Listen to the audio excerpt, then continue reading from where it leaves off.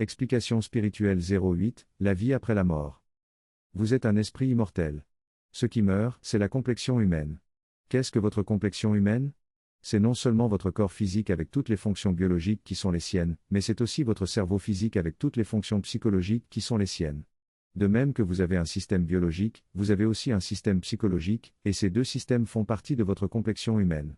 Cela signifie que les attributs psychologiques de votre complexion humaine ne sont pas plus des attributs de l'esprit que vous êtes, que les attributs biologiques de votre complexion humaine. Par exemple, les organes internes de votre système biologique. Votre rate, votre foie, etc.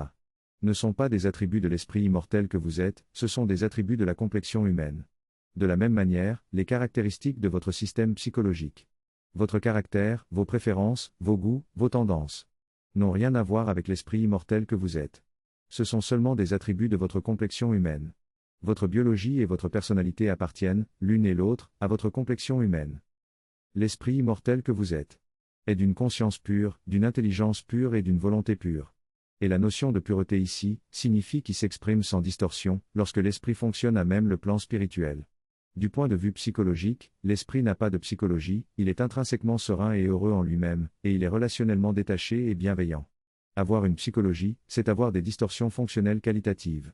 C'est par exemple préférer les fraises par rapport aux pommes, c'est par exemple développer de l'attachement par rapport à telle personne, ou de l'aversion par rapport à telle autre, c'est par exemple encore avoir des tendances à la tristesse dans telle situation, et des tendances à l'enthousiasme dans telles autres. Vous êtes un esprit immortel. Vous ne mourrez jamais, la seule chose qui meurt, c'est la complexion humaine dans laquelle vous êtes immergé en situation d'incarnation. Et cela signifie que meurt aussi tout ce qui est spécifique de la complexion humaine. Est-ce que votre complexion humaine avait des maladies et des dysfonctionnements? Tout cela reste avec le cadavre humain. Rien de cela ne se sera cristallisé dans l'esprit demeure pur. Est-ce que votre complexion humaine avait des blessures psychologiques et des traumatismes psychologiques? Tout cela reste avec le cadavre humain. L'esprit immortel que vous êtes demeure pur. Toujours. Techniquement, l'esprit immortel que vous êtes est revêtu de deux complexions, une complexion astrale et une complexion physique. La complexion physique c'est votre personne physique. Telle que vous apparaissez et telle que vous fonctionnez dans votre incarnation physique. La complexion astrale, c'est votre âme astrale. Telle que vous apparaîtrez et telle que vous fonctionnerez dans votre existence astrale. Juste après la mort de la complexion physique. Autant votre complexion physique est mortelle. Au sein de la vie physique terrestre, votre complexion physique a une espérance de vie d'environ 100 ans. Autant votre complexion astrale est également mortelle, mais son espérance de vie est beaucoup plus longue. Quelque part entre 1000 ans et 5000 ans, si votre âme astrale est fondamentalement associée à l'espèce humaine physique terrestre. En fonction du développement de votre psyché astrale. Donc, techniquement, quand votre complexion physique meurt, vous ne vous retrouvez pas encore en tant que pur esprit dans le plan spirituel. Vous vous retrouvez en tant qu'âme astrale dans le plan astral. Sur l'un quelconque des mondes du plan astral, dans l'une quelconque des dimensions du plan astral. C'est à la mort de votre complexion astrale que vous vous retrouvez en tant que pur esprit dans le plan spirituel. Mais ce sont là de simples considérations techniques. Fondamentalement la mort ne concerne que votre complexion humaine, dans sa déclinaison physique et dans sa déclinaison astrale. Votre âme astrale est parfaite du point de vue de sa santé. Il est absolument faux que votre âme astrale pourrait souffrir de quelque pathologie que ce soit. Seule la complexion physique peut souffrir de telles choses, et aucune pathologie n'existe dans l'âme astrale, et aucune pathologie de la complexion physique ne produit d'effets délétères dans l'âme astrale. Toute la rhétorique pathologique spiritualiste, qui prétend que les pathologies trouvent leur origine dans l'âme, est simplement erronée. Elle vient d'une profonde incompréhension de la nature cérébrale physique du substrat psychosomatique. Lequel substrat psychosomatique cristallise en effet quelques germes pour un certain nombre de dysfonctionnements physiques, sans pour autant être l'origine de tous les problèmes de la complexion physique, même pas l'origine du tiers des problèmes de la complexion physique. Loin s'en faut d'ailleurs. Aucune pathologie physique et aucune déficience physique. De quelque espèce ne se cristallise dans l'âme astrale.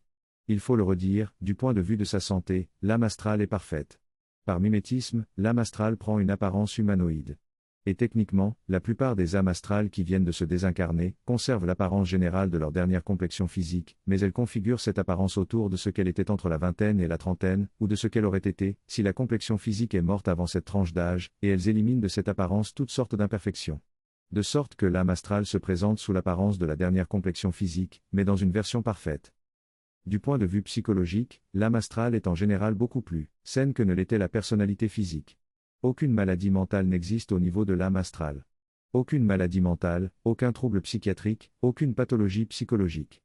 Car tous ces problèmes sont en réalité des problèmes concernant le fonctionnement qualitatif du cerveau physique. Par nature, l'âme astrale est affectueuse et enthousiaste, et elle est encore optimiste et bienveillante. Elle a même une très forte tendance à interpréter les choses de manière positivante. Quitte à ne pas être du tout objective. Par nature, l'âme astrale est habitée de croyances positives. Et si elle est une âme moyenne, elle est incapable de déterminer le caractère de véracité ou le caractère d'erreur de ses croyances. Elle y adhère comme si elles étaient vraies, par des mécanismes plus émotionnels que rationnels. Quand la complexion physique meurt, l'être se retrouve en tant qu'âme astrale. Quelque part dans le plan astral. En fonction de son taux vibratoire astral dimensionnel. La vie astrale est très différente de la vie physique dans sa trame de fond. Dans la mesure où l'âme astrale n'est sujette à aucun problème de santé et à aucun dysfonctionnement psychologique, elle est en parfaite santé et elle est émotionnellement heureuse. Et dans la mesure où l'âme astrale est naturellement capable de modeler par sa volonté astrale. De modeler directement la matière énergie astrale pour répondre à tous ses besoins et à nombre de ses désirs. L'âme astrale veut-elle une maison ? Elle est capable de s'en créer une en modelant directement de la matière énergie astrale. Et de modeler ainsi la maison de ses rêves. Veut-elle un magnifique jardin botanique ? Ou un magnifique jardin potager ? Elle est capable de créer tout ce qu'elle veut, en modelant directement de la matière énergie astrale. La matière énergie astrale répond aux ondes psychiques de sa volonté et aux ondes magnétiques de ses mains. Et c'est avec la combinaison de ces ondes, que l'âme astrale peut littéralement créer toutes sortes d'objets et toutes sortes de phénomènes en maniant de la matière énergie astrale. Les activités courantes des âmes astrales sont des activités créatives. Individuellement ou en petits groupes d'âmes astrales. Et les activités de création artistique sont beaucoup plus prisées que les activités de création technologique. Bien entendu, il y a une infinité de choses qu'une âme astrale moyenne ne peut pas faire. Faute de puissance. Mais elle a assez de puissance psychique de base et de puissance magnétique de base pour avoir une très belle vie dans le plan astral. Une vie qui est paradisiaque quand on la compare à la vie physique. Il n'y a pas de problème en tant que tel dans la vie astrale. Simplement les âmes astrales les plus évoluées se donnent des projets ambitieux et essaient de surmonter les difficultés afférentes. Tandis que les âmes astrales moins évoluées et plus paresseuses essaient juste de se proportionner une petite vie tranquille, sans forger le moindre projet susceptible de les amener à devoir se surpasser. Vous n'êtes pas une âme astrale, vous êtes un esprit immortel.